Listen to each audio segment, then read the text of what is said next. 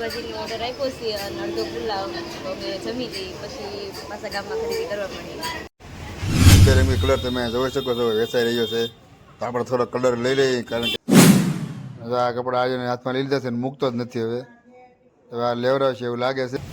તો કપડા લઈ લીધા શેરીમાં લઈ લીધા રે આટલું જીન્સનું પેન્ટ મોટી મોટી પિસ્કારી છે. ગુડ લક ફેશનમાં આપણે આવ્યા છીએ. નમસ્તે મિત્રો, જય માતાજી, જય સિયારામ. કેમ છો બધા? મજામાં? સ્વાગત છે મારી યુટ્યુબ ચેનલ ગુજ્જુ હરી વલક્ષમાં. તો આજે છે હોળી અને હોળીના દિવસે હેપી હોળી બધાને.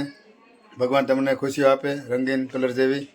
અને આજનો આપણો વિડીયો છે શોપિંગ સ્પેશિયલ, કારણ કે આજે અમારે થવાનું છે શોપિંગ કરવા. કારણ કે ટૂંક જ સમયમાં મારા હાળાના લગ્ન છે અને હું થવાનું છું અનવર. જી હા, હું થવાનું છું અનવર અને આપણે ચોથા મહિનામાં લગ્ન છે. તો આજથી આપણે ખરીદી ચાલુ કરી દઈએ છીએ. તો આજનો આપણો વિડીયો છે ખરીદી સ્પેશિયલ. તો ગામમાં જઈએ છીએ લગ્નની ખરીદી કરવા બનાવે તો અલગમાં, અને આપણે લગ્નની ખરીદી કરી આવી. અને હજી તો શરૂઆત જ છે, હજી આપણે 2-3 વખત લગ્નની ખરીદી કરવા જવાનું થશે. તો આજથી આપણે લગ્નની ખરીદી કરી છીએ. તો વિડીયોમાં બનાવી રહેજો અને આપણે તમને ગામની અલગ અલગ જગ્યા બતાવીશ જ્યાં તમે ખરીદી કરી શકો. અને ભાવનગરમાં રહેતા હોય ખબર જ હશે કઈ કઈ બજારમાં ખરીદી કરી શકાય. તો બનાવી રહેજો અલગમાં. આપણે જઈએ છીએ ગામમાં. તો આ છે મલ્ટી લેવલ પાર્કિંગ. આપણે ગાડી અંદર મૂકી છે. હવે જવાનું આપણે અંદર બધી ખરીદી કરવા. તો આ છે મલ્ટી લેવલ પાર્કિંગ. તમે જોઈ શકો છો બહુ મોટા જબર મારે મોટી પાર્કિંગ છે. આ તમારે સાર ચૂકવવો પડશે ગાડી મૂકવો એટલે. આખું મલ્ટી લેવલ પાર્કિંગ. આપણે ગાડી અંદર મૂકીને હવે જઈએ છીએ બજારમાં ખરીદી કરવા. જોઈ શકો છો મલ્ટી લેવલ પાર્કિંગ આવી રીતનો છે. જોરદાર લુક આપેલો છે. અને આપણે એક રવિવારે બજારનો વિડીયો બનાવ્યો એમાં પણ આ મલ્ટી લેવલ પાર્કિંગ બતાવેલું છે. તો નીચે તમને ડિસ્ક્રિપ્શનમાં લિંક આપેલી છે. તમે આખો વિડીયો છે જોઈ લેજો.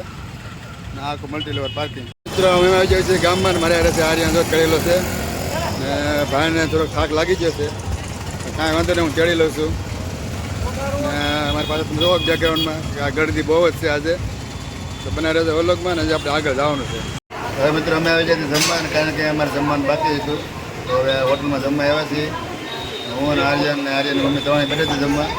આપણે ઓર્ડર મગાવ્યો હોટલમાં જમવા. તો જો આર્યન બેસી ગયો છે જમવા, પપ્પા બેસી ગયા છે.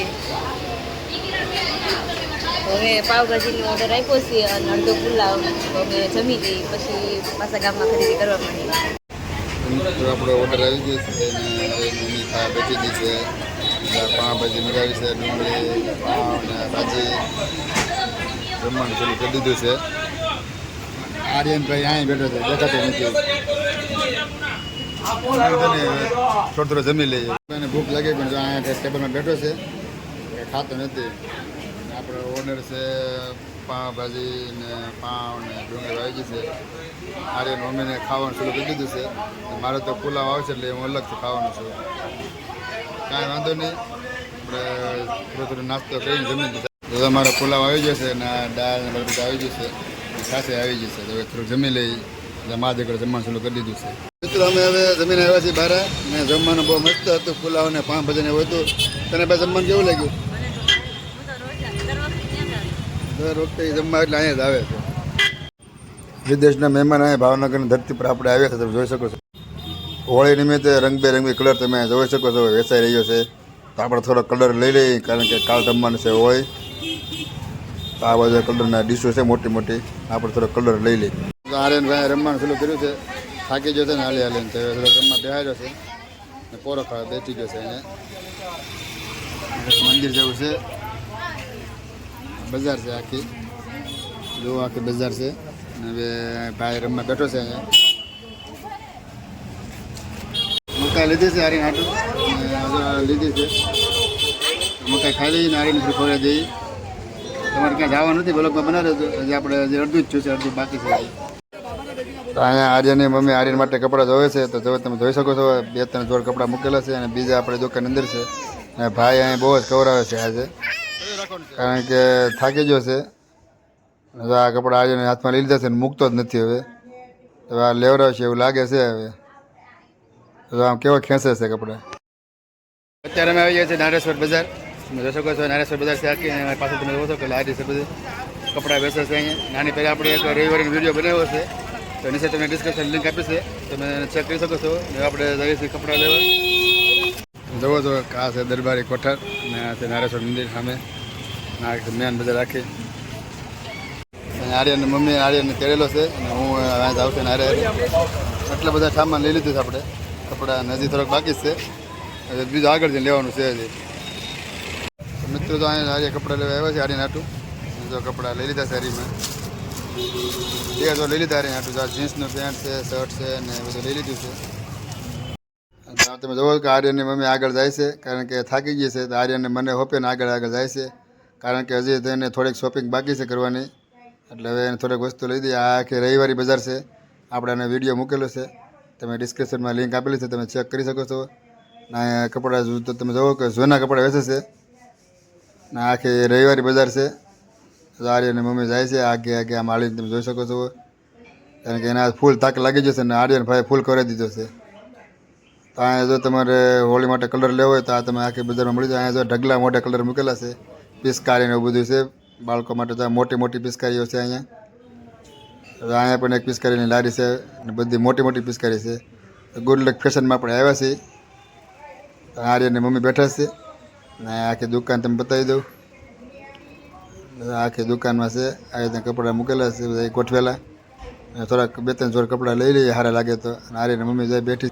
આર્યને મને હાલી થકવા દીધો છે. હવે તો ખંભે બેહાડી દીધો કારણ કે હું થાકી ગયો છું ફૂલ. હવે ને તો થોડોક રોવા મળ્યો છે ને આર્યનની મમ્મી કાંઈ પછી લે ફરી પછી મને જ લેવડાવે ને મને આજે ફૂલ થકવા દીધો છે. હવે ઘરે જઈને છે ને આર્યને વાળો પાડી દેવો છે. જો તો રોવા મળ્યો અહીંયા. જો ખંભે બેહાડ્યું તો શાંતિ નથી થતી. હજુ તો શું કહેવાય હવે કંટાળી જાવ, ઘરે વહી જવું છે. તો આર્યની મમ્મી આર્યને તેડી લીધો કારણ કે મેં ઓલો વિડીયો બનાવ્યો ને ખંભા નથી એ કે લાવો હું તેડી લઉં. હવે જો એ તેડીને જાય છે અને આર્યન પાછો એની પાસે ખાનો હતો ને રહી ગયો. મારા પાસે તો બોર હતો તો હવે થોડોક એમ જોયું કે વાહ હળવો થઈ ગયો છે. હવે થોડોક સોળા બે ઘરે નીકળી ગઈ. આ તમે જુઓ કે આ છે મેન બજાર અને બસો જાય છે.